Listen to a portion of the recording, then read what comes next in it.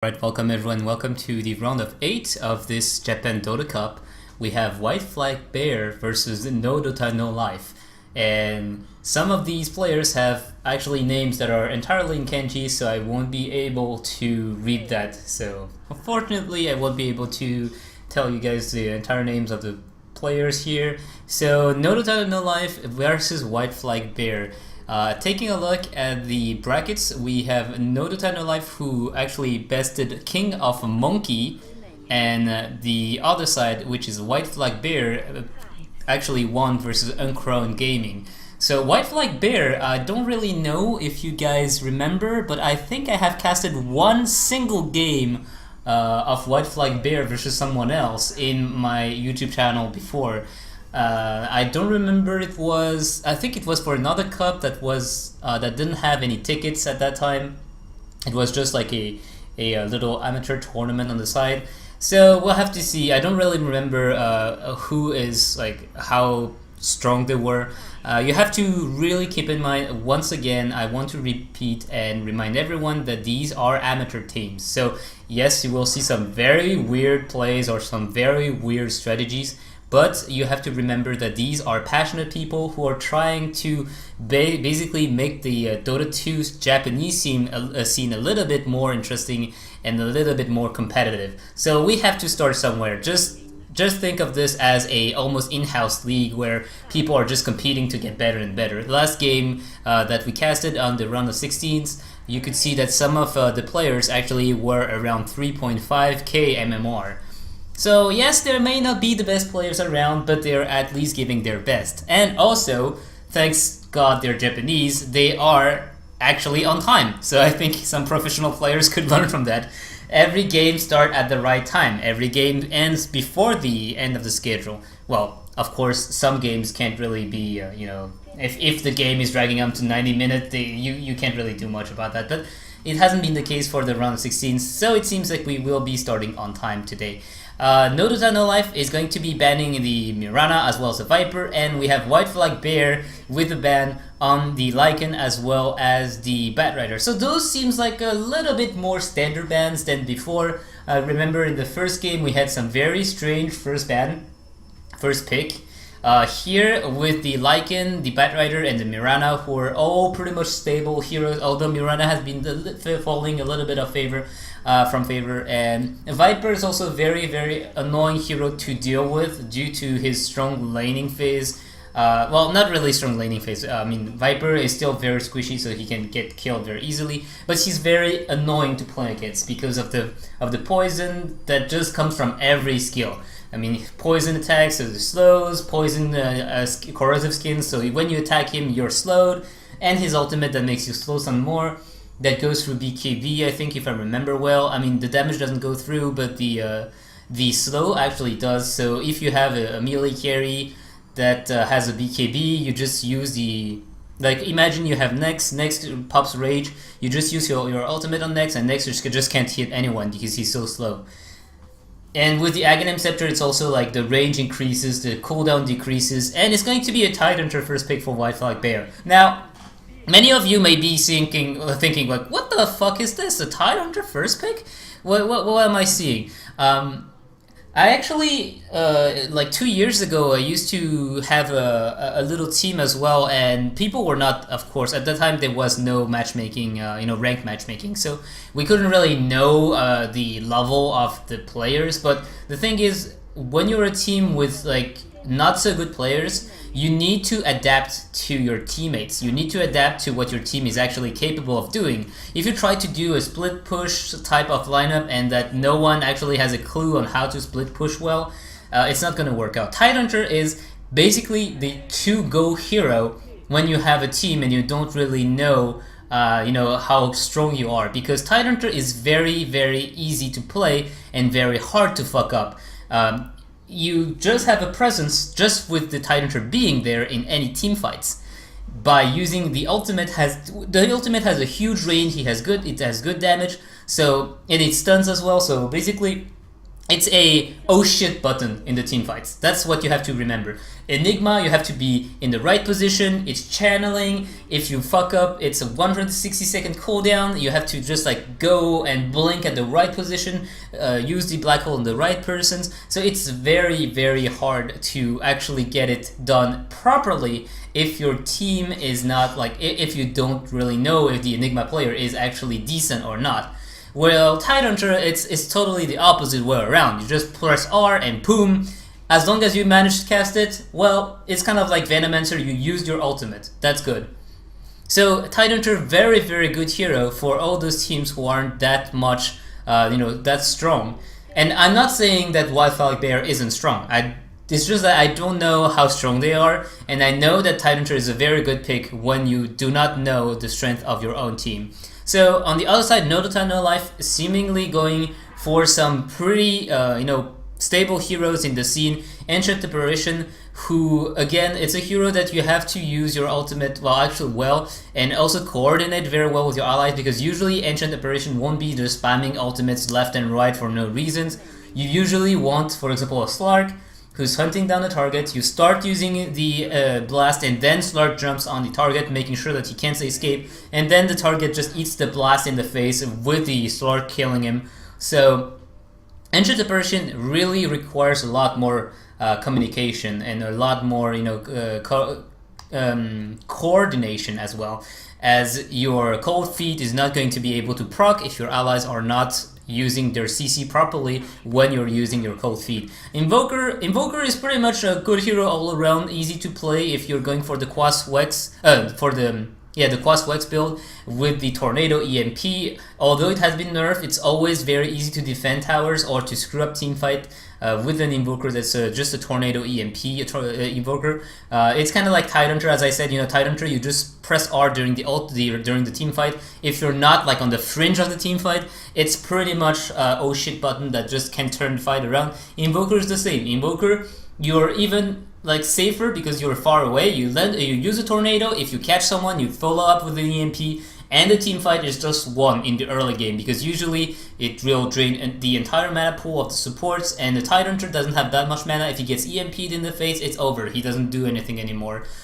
He also could go for a Quas Exhort, which is a little bit harder to play. Well, you could say like, oh yes, I just press create my not Eidolons, but my Forge Spirit, and just go to town on towers and shit. And yeah, this might not seem very hard to play, but the thing is, it's not as effective in teamfight as just a Tornado EMP. You can you can deal a lot of damage. You can hurt a lot of people with the Cold Snap into Forge Spirit. Although now the Cold Snap has been immensely nerfed.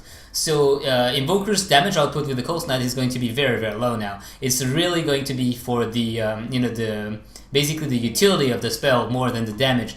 So Invoker, I don't think a Quas Exhort build would be good. I think a Quas Wex is easier to play, as well as more efficient in teamfights, especially when you see someone like a Tidehunter. You have to, if you go for a Quas Wex, you force him to buy something like a Arcane Boots. Otherwise, he's basically going to be toast as soon as he sees one EMP on his face. You just have to aim the Tornado for Tidehunter. You don't even have to aim at anyone else. If you catch Tidehunter and he has no mana on him anymore, that's a useless hero in the teamfight. So going on, we have a Dazzle for White Flag Bear. Dazzle is a very nice support that's nowadays seen a little bit more on the competitive scene, because he deals a lot of physical damage, and it actually combos well with Tidehunter's Gush as well. Gush reduce the armor, that's what you have to remember, and Dazzle only deal physical damage in his spells. The Poison Touch deals physical damage. The Healing Wave, Shadow Wave deals physical damage as well, and his ultimate just reduces the armor of the enemies. So if you combine this Dazzle Tidehunter with someone that even have more minus armor, let's say a Slardar might be a little bit overkill, and also, but someone like, let's say, Shadow Fiend. A Shadow Fiend will be hitting for ton of damage with his right click. So it seems like we have a Sand King pickup. So that's already 3 potential support, which means that one of them will be in the off lane or in the mid lane. We have seen Sand King mid lane. We have seen Tidehunter off lanes. It's maybe not the best choice, but Tidehunter offlane can work out. with his Kraken Shell. The problem here is that Ancient Apparition increase the magical damage of your right clicks by a ton. So it will be hurting Tidehunter a lot, and Tidehunter might be dying very easily if it's an AA Faceless +1 lineup. The Tidehunter on the offlane might not be able to do much. So right now they have a lot of AoE damage. They have the Ravage, the Epicenter, and they also have the ability to pick off people, because again, the ultimates are very important, but it's a very, very long cooldown. So you want to have all the spells to catch people off. Sand King has a very good burst strike to do that with a Blink Dagger, and the TA would be another choice for a minus armor lineup. Like I said, Gush and the Weave plus the Templar Assassin's Meld is going to be hitting people for an insane amount of damage, especially since Refraction TA will be following up with a real number of right clicks that will just mow down people. Someone like Faceless Void will be in a lot of trouble if he doesn't backtrack the right number of hits. Invoker will be absolutely food if he gets caught up by a stun. So, as I said, it's also good because they aren't only relying on their ultimates. Sand King, Blink into Burst Strike, Dazzle, the Poison Touch slows by a lot, although now it doesn't have the Ministun anymore, so you can't... Oh, when I say Ministun, it's on cast. It could... So basically you could cancel TP scrolls with just using this Poison Touch, even level 1. Now it's not the case anymore, so Dazzle is not able to cancel the TPs because the enemy will be usually able to TP away before the Poison Touch actually gets into the stun range. And Tidehunter has also a good Gush to slow, although what we have here is we only have one very reliable stun, and it's from Sand King. And the rest is going to be ultis or delayed slow into stun, or the Gush is also slow. If we take a look now, I talked about White Flag Bear, but I'm not gonna talk about NoDotaNoLife some more, about Faceless and Lich.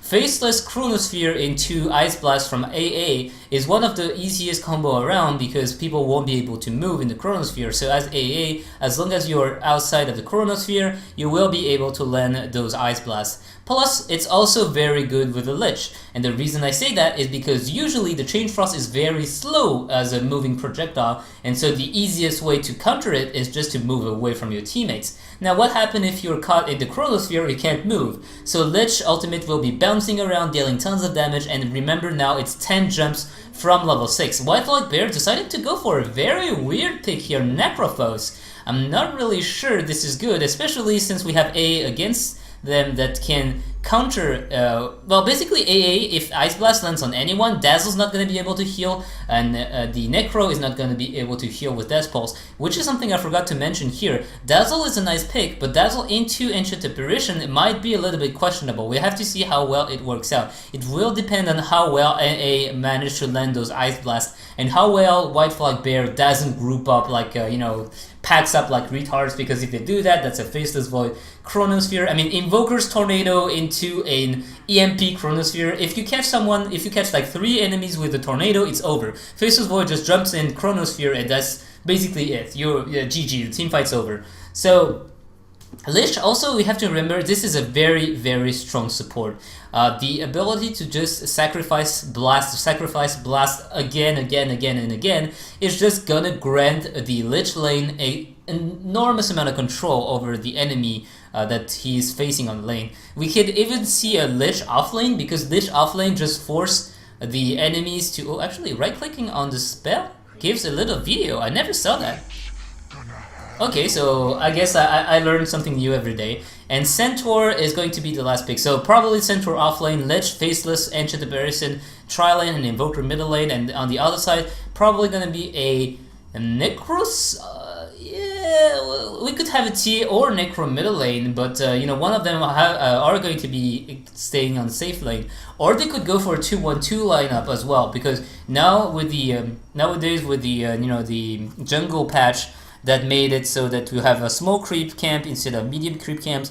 2-1-2 has come around a little bit for some teams, and very often it is actually quite successful. So we'll have to see.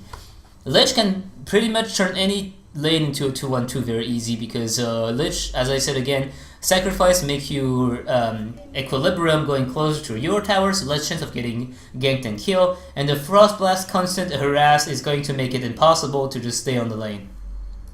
So on the Radiant side, we have NoDotaNoLife with a Centaur Warrior played by actually Get to High Kama. Okay, so Get to High is actually the team that we just casted, and Kama was that's not. There was a Kamax, so I'm not really sure it's the same player. I don't think it's the same player, although he was playing offlane as well. So I'm not really sure who that guy is. I do not think it's actually the same player because the NDL and Get Too High were playing at the same time in the round of 16, so it would have been kind of weird. We have Zayaku on the Ancient Apparition, and it's going to be a 2-1-2 lane with the Ancient Apparition plus Centaur top lane, with the Invoker played by, I'm just going to call him Yuki because that's the only thing I can read. No, actually it's not even Yuki. Is that, if I remember well, this is for Thunder. Okay, I'm just going to call him Thunder. So some Thunder is going to be playing Invoker. One Frog is going to be playing Ice. I was going to say Ice Frog is going to be playing Lich, and then I mix up both of it, so it's like one Frog going to be playing Lich and not Ice. And this guy is named I can't read that. So Fuantaro. So Fuantaro is going to be playing the Faceless Void. On the other side, we have Fu and Swan on the Sun King and Dazzle. We have the Necrophos playing by Hagikun, and we have Itia GG on the TA with Swim in Dota on the Tidehunter. Oh, very nice face as well. It's a fish Tidehunter, a cousin to Slardar. So it seems like it's going to be an aggressive tri lane with Necro, Sun King, and Dazzle. I'm not really sure I agree with that, due to the fact that Sun King is a support that relies... Sun King is one of the supports that need his levels, need his farm. He can't be efficient at level 1. It's not like Earthshaker, you can go around level 1 and still be super efficient with your Fisher. Sun King, he needs levels. He really needs levels. And he will not be able to get that much farm because he will not be able to pull. On the other side here, it seems like Tidehunter is going to be in a lot of trouble. As I said, the Chilling Touch really hurt. Really, really hurt. He can just, like, Ancient Apparition can just man-fight to deal some good damage.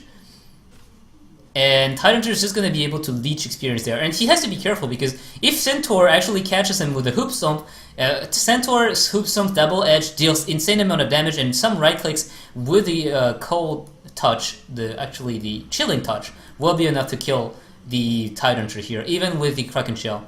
Middle lane, it is going to be a good old matchup of TA versus Invoker. So normally TA has the way upper hand in the early game due to the refraction based damage and due to Invoker's shitty ass damage. But the Invoker decided to go for the Exort build, so he should be a little bit more fine than if he was going for Quas. It seems like ETA is missing a lot of last hits too, so they are pretty much tied at the moment. Faceless Void, whoa, okay, so Lich decided to level Ice Armor instead of Frostblast at level 2. So Faceless Void is a little bit more tanky than before. He is also a little bit less easy to harass due to the Ice Armor slow, but it also takes away a lot of pressure from the Lich Blast, because Lich has to be careful. If he gets caught up here, it's going to be a Burst Strike, but apparently it's okay. So Faceless Void is not getting a lot of farm. It seems like, yeah, the camp has been blocked anyway. The Radiant Ward actually blocking... Okay, so the Radiant actually blocked their own camps. This is the Magic Bush Ward that blocks here and here. So they blocked their own camp for I don't know what reason. This is very strange to me. So top lane is going not so well. Actually, it seemed like Tidehunter is managing to get some farm, 5 creeps, compared to Faceless Void, 3 creeps only. The Central Warrior is just farming like crazy on the top lane, and the Invoker has the upper hand on the TA, which is very strange in my opinion. He has 12 to 7, and TA only has 9 for 4. So TA, a little bit of misplay in my opinion there. He's getting a little bit outplayed. But as you can see, even though Faceless Void is not getting the best farm he would want, he still gets the experience from just farming in the safety of his tower. The dire side is not able to tower dive At this point of the game, they could if they wanted, but it's very, very dangerous. So Fu is barely level 2, Dazzle is only level 2 as well, and Necrophos is level 2. We see that ping's going on the Mud Golems, not really sure why. Ancient Apparition is going to head middle lane, or actually he's going to be heading on the bottom lane. I think his team required him to go back to the bottom lane to actually help him farm, help the Faceless Void farm.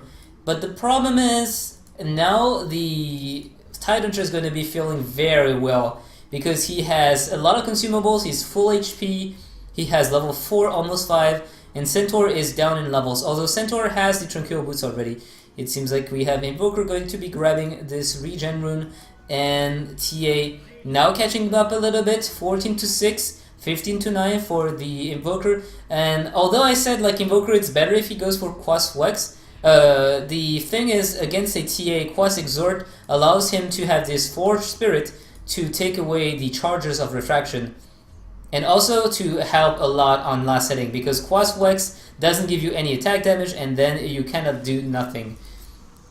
Ancient Apparition, they're trying to counter ward this Observer ward.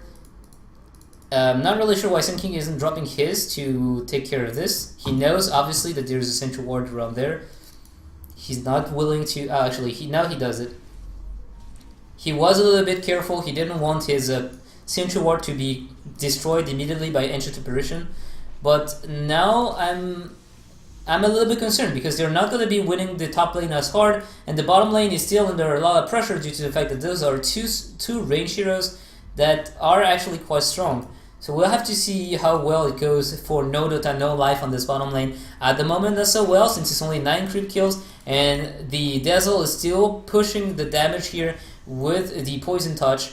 It doesn't seem to be doing that much damage, but it's 140 damage level 1, which is a lot for 100 mana. TA in the middle lane still doesn't have her... Okay, so she has the bottle going flying back to base, and she's trying to go for her Phase Boots, whereas Invoker has his Phase Boots and he is going for... I don't really know yet, so we'll have to see. Okay, so Ancient Apparition is looking for a gank in the middle lane, and Faceless Void is just abandoning the lane and going into the jungle. That's very weird. You never see that. You never see like Faceless Void just saying, screw that, I'm going into the jungle. It looks like they may be doing a lane swap, and Faceless Void may be going in the middle lane, which may not be a good... Whoa! So haste picked up by TA. She decides not to go on the Centaur. Centaur can still kill her very easily with a double H hoof stomp if she doesn't have the refraction up. And actually they're going to be doing a full lane swap, and Faceless Void is going to be going top lane with the Centaur going bottom lane, but the absence of TP makes that very, very long. And Faceless Void loses a lot of experience in the meantime. Same for Centaur. It just takes so much time, and they're probably going to be losing that bottom tower, which is technically okay since it will allow the Radiant side to have their Void farming safely under this tower. But Faceless Void, I'm not really sure you want to fight that. The Anchor Smash just reduced the damage output by so much, 45%. You basically deal no damage to Tyranitar if you have no spell damage. Oh, 60% actually, not even 45, it's 60%. So here he can just like Anchor Smash. Actually, he could use Ultimate and kill him. There we go. Goodbye, goodbye the Void Spirit, the Void, not Void Spirit. What? And he maybe even able to kill Ancient Apparition here. You just need one more, and there we go. 2 kills for the Tyranitar. He's gonna eat a Sand Strike, but he's so tanky that he doesn't care. So yeah, guys, remember, Tyranitar, don't go for right clicks against Tyranitar, and also don't stay there against a level 6-7 Tyranitar with the level 4 Void. Oh, Lich. Lich is dead. Lich got caught, and he is going to be falling here. His TP was on cooldown, he couldn't even get away. So usually what happened here is, if you actually get caught in this position, you may want to hide in some very, very strange place instead of here. Here and there is pretty much death trap if they know that you're here. You may want to hide like in this little area here, or if you have tangos and you always say that you should have tangos, you can cut a little path here and hide there, or start cutting path here and just go away. So Necro is actually still pretty far in the lane. He could get caught if he's not careful, but Centaur is still not level 6, so he doesn't have Rampage. Middle lane, Invoker is probably gonna die there. I don't really think... I mean, he should have seen the Sanking there. I'm not really sure why Tia didn't decide to go in. She had like so many Cyanic Trap. It was an easy kill, but maybe they were kind of scared. They didn't know where the enemies are. Faceless Void against a Tide. I really dislike this matchup. I do not think Faceless Void should be left alone on this top lane against Tide. Tide now has a Blink Dagger too. And as soon as he has his Ravish coming back up, he will be able to just like push this poor Faceless Void away from his lane. So NoDotaNoLife, very bad start here, and they're trying to be killing this Faceless Void. Not Faceless Void, TA. Seems like not gonna be able to.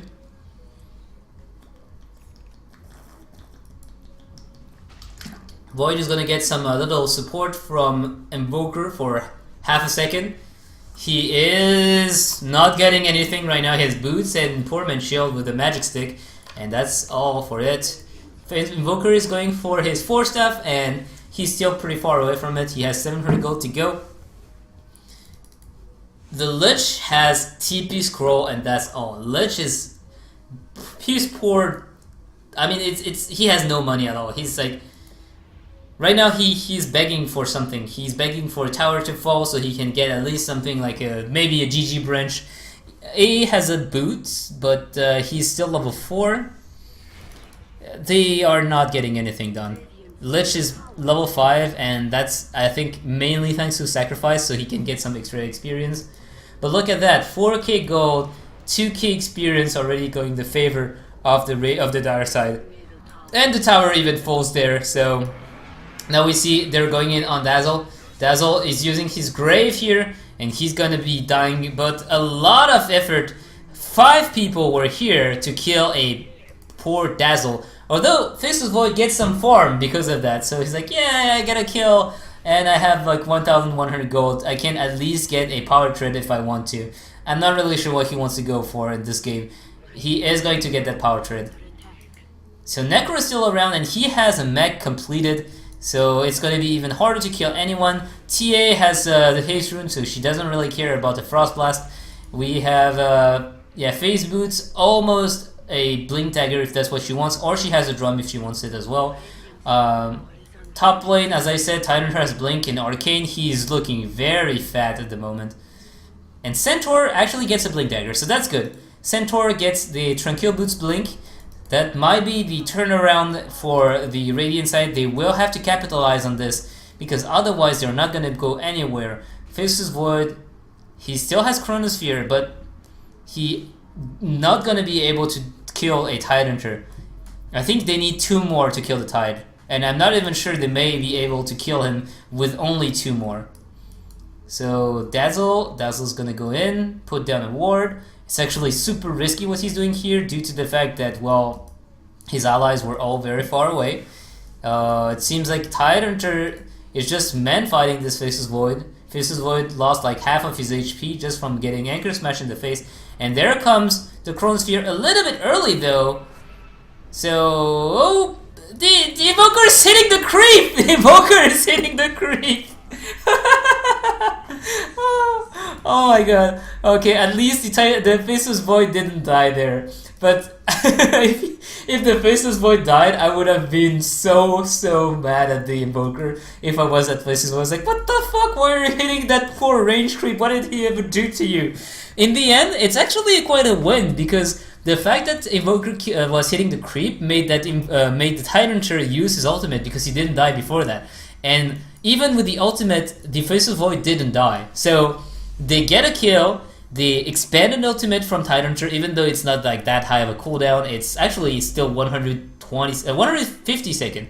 So it's still quite long. So that might be that. I'm not really sure they will be fighting very soon. I'll actually scrap that. They may be just fighting in the bottom tower. So the fact that Tyranitar doesn't have his ultimate will be helping the Radiant side a lot. It looks like Invoker is going to be taking a lot of damage. Invoker has to be 4 staff away, and he is safe. Oh, actually, he is not safe. Tyranitar blinks in and just anchor smash his face to death. Void, in the meantime, trying to get as much farm as possible. Probably his teammates are telling him, no, you know what, just like...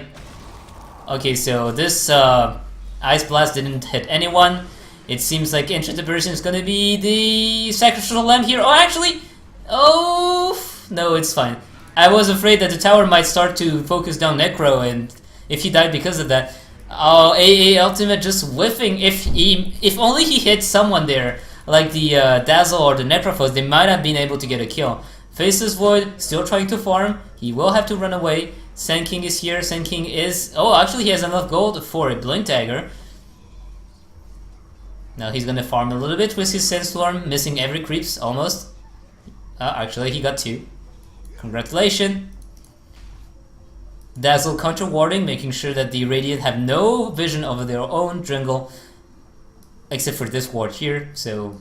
Is he gonna be able to counter ward it? I don't think he will put a central ward there. He just placed one there, so he probably is expecting the ward to be here or here, and not this and this position.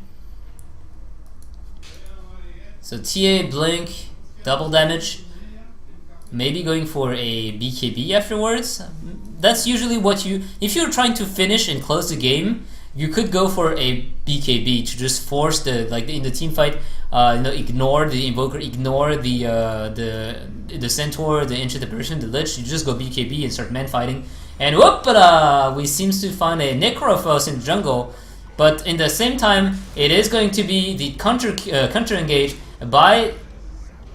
Well...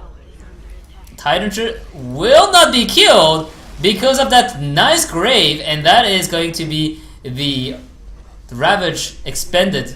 They might be able to get the Faceless Void. Faceless Void just backtracking like crazy, and he's gonna get it out. Is he? Yes? No? Oh! Blink into an Anchor Smash. Very, very ballsy by Tyranitar. He may be able to get out though. The Force Spirit are following the Sand King around. Sand King is going to go invisible. Oh, is he gonna get stumped? No, he doesn't get stumped. It seems like TA does manage to find the Invoker here. So a little bit of back and forth action. They manage to kill the Necro immediately, but they actually get caught afterwards by the dire side that come back from the side. And the Lich ultimate actually did nothing here. He used it before the Chronosphere, and then Void caught Lich, his own ally in the Chronosphere, spelling his doom. So a little bit of a sadness, I think, from Lich. He would be very sad. I mean, if I was playing Lich, I would be very sad. But just remember what they have here on the dire side. They have 3 Blink Daggers already. It's very, very hard to be playing safely against that kind of team, because you just can't really go anywhere without having the fear of a Blink Burst Strike or a Blink Gush into Anchor Smash, dealing a lot of damage. And just gonna go on Roshan now. Roshan taking a lot of damage. This is not the best lineup for Roshan. Only TA really hurts a lot, and Dazzle's Weave doesn't work on Roshan, unfortunately. So the only physical damage coming out is going to be TA, although the Gush and the Mels sure help, and the armor from the Weave also do. Okay, so we're gonna have this time an AA ult landing on all 5 heroes, and that might be the time for a turnaround. Nice little burst strike onto 2. They are actually not sure of what to do. Necrophos taking a lot of damage. He will fall immediately. TA just using a Mel Strike, but they will have to run away. Necro just buys back immediately. TA is going back in for some reason, and she will just take down the Forge Spirit. Sand King is hidden in the trees. He is fearing for his life. No one is actually checking for the Sand King. Sand King is going to TP back to base. And they're going back onto the Roshan. But again, it is going to be an AA. Oh, the Chronosphere going to be taking and stealing this Aegis. Very, very nice Ravage onto 4 there. But they actually stole this. TA is not moving. She's like, what? Nah, I just lost my Aegis. I don't want to move anymore. They're going to be turning this around because of this very nicely placed Ravage. Oh, Fist of Void. Time Walk? Oh, he didn't want to expend it. I think he wanted to keep it for after when he revived. I'm not really sure what he's doing though. Yeah, he's gonna die there. Well, it seems like saving his time walk actually worked against him here. Fuantaro, I'm not really sure if it was a wise choice. So nice steal by the Radiant, nice steal by the Chronosphere Void, but overall still not a good fight because they actually get their entire team wiped by this action. Tia getting harassed a little bit. She doesn't really mind. She has a regen rune anyway. Top lane, it seems like they decide to push down this tower. They have a ward behind the tower, very important to be able to see any type of movement, to know who is going to be there defending. Right now they see that there's only Centaur, and they see the Void coming up now. Void doesn't have his ultimate though, so they will have to be very careful. It seems like, nope, they're not forcing the attack. They're not pressing the attack here. Dazzle and Senking will be moving away. TA is farming for some items. She's at 3.2k gold. Necro is going for what seems to be an Aghanim Scepter, which I really disagree with because I don't like Necro's Aghanim upgrade. I just feel like it's not game changing unless you're using your ultimate onto the carry, but then again you have to save your ultimate for the carry, so that means you may be wasting other opportunity to kill other people. And you may be missing on a team fight. You may be losing a team fight because you decided to not use your ultimate onto this guy that was almost dead, but you wanted to save your ulti to cancel the buyback of the carry. So very nice warding by the Dire side, I must say. White Flag Bear making sure that they have total control over the enemy jungle. A lot of sentries everywhere. Dazzle doing a very good job at this. We see Tidehunter, he has Shivas right now, so his damage output and his utility is going through the roof. He has an extra 200 damage AoE, plus a slow that makes enemies unable to run away from his after the stun of the Ravage wears out. And oops, this is a blink into Stomp, but the blink Burst Strike Senking saves the day. Tidehunter, he's gonna just ravage in, use the Shivas, use every spell, and here comes a very nice Chain Frost with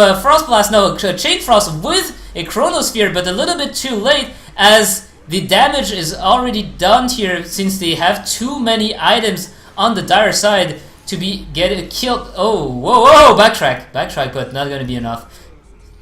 Too many items on the White Flag Bear side. This Chain Frost combo was absolutely insane, but unfortunately not enough. Everyone is still too tanky here. Everyone is alive after that Chain Frost combo into Chronosphere. Unless your name is Senking, and Senking is basically the guy that has no survivability items whatsoever. Arcane Boots and Blink Dagger. He did his best though. He had a very good epicenter here. I'm not really sure we saw any other epicenter but this one.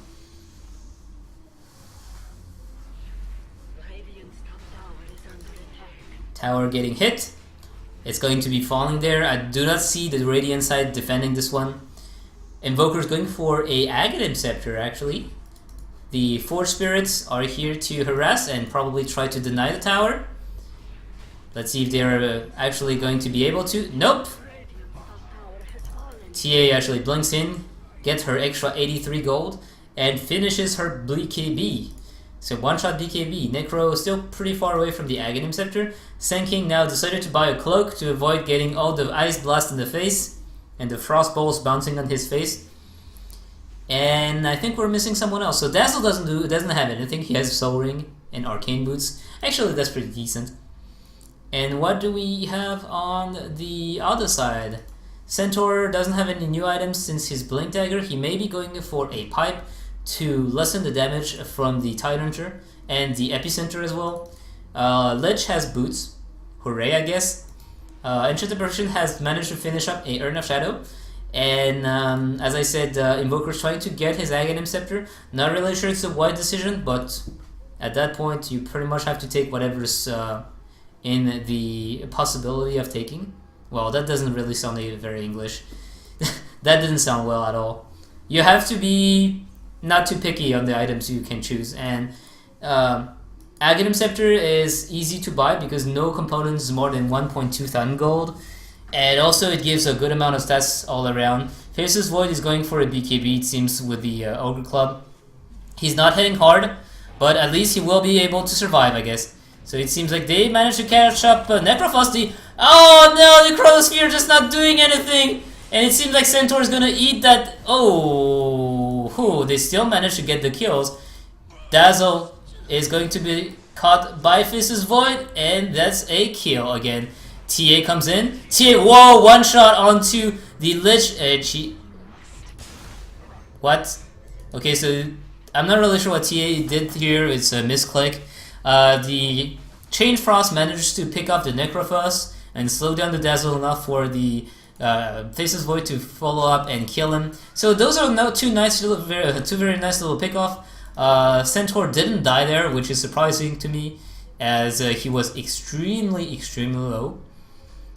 So a little bit of over-aggression coming from the side of the Dire.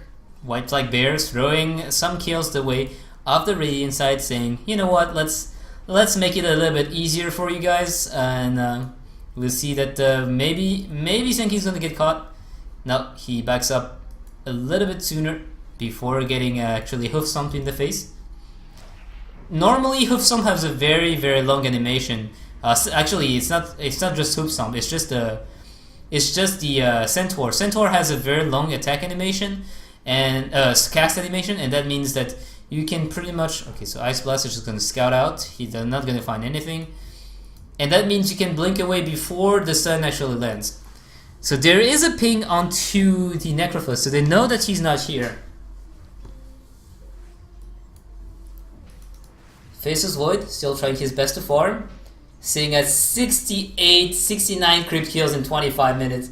That is one of the poorest Faceless Void I've ever seen. Well, meanwhile, Tyranitar sitting at 123 last hits. He's like the position wide Tyranitar, and he's going for a refresher now. Academy completed on Necrophos. Still not very convinced that might be a good item.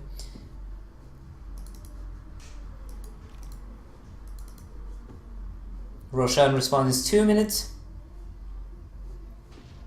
They are going to look for the Faceless Void. Faceless doesn't have a Chronosphere. Oh, and he just expanded his time walk. This is a disaster. Oh no, Chronosphere.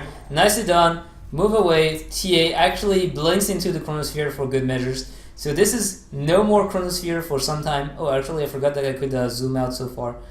It actually confuses me quite a lot, so I'm still gonna keep up the regular camera side. BKB completed onto the Void. We have a cloak into a Hood of Defiance for the Centaur. And they're going to look for high ground. They know that Chronosphere is not up. And we have a very nice, a Ravage catching up 3 and getting the kill immediately onto the Enchanted Apparition. Now it seems like Tyranitar is in a little bit of trouble, but no matter, it's in Blink Dagger is sinking into a Epicenter Burst Strike, and that's the fall of Invoker.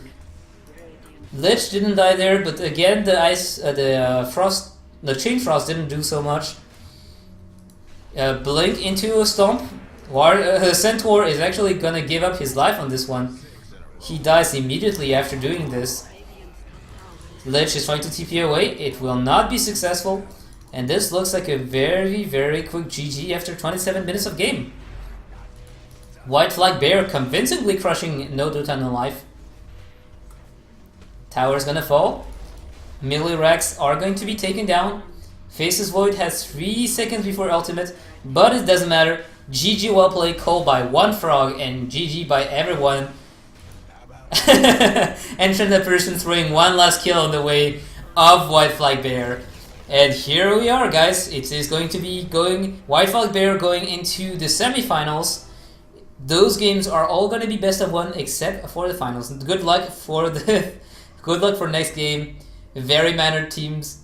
And as we can see here, White Flag Bear, there's one actually MMR that's displaying. It's the team MMR, and the team MMR shows that they are at 4.5k, and the other side doesn't have a ranked MMR yet, so they probably haven't played enough game for the team yet.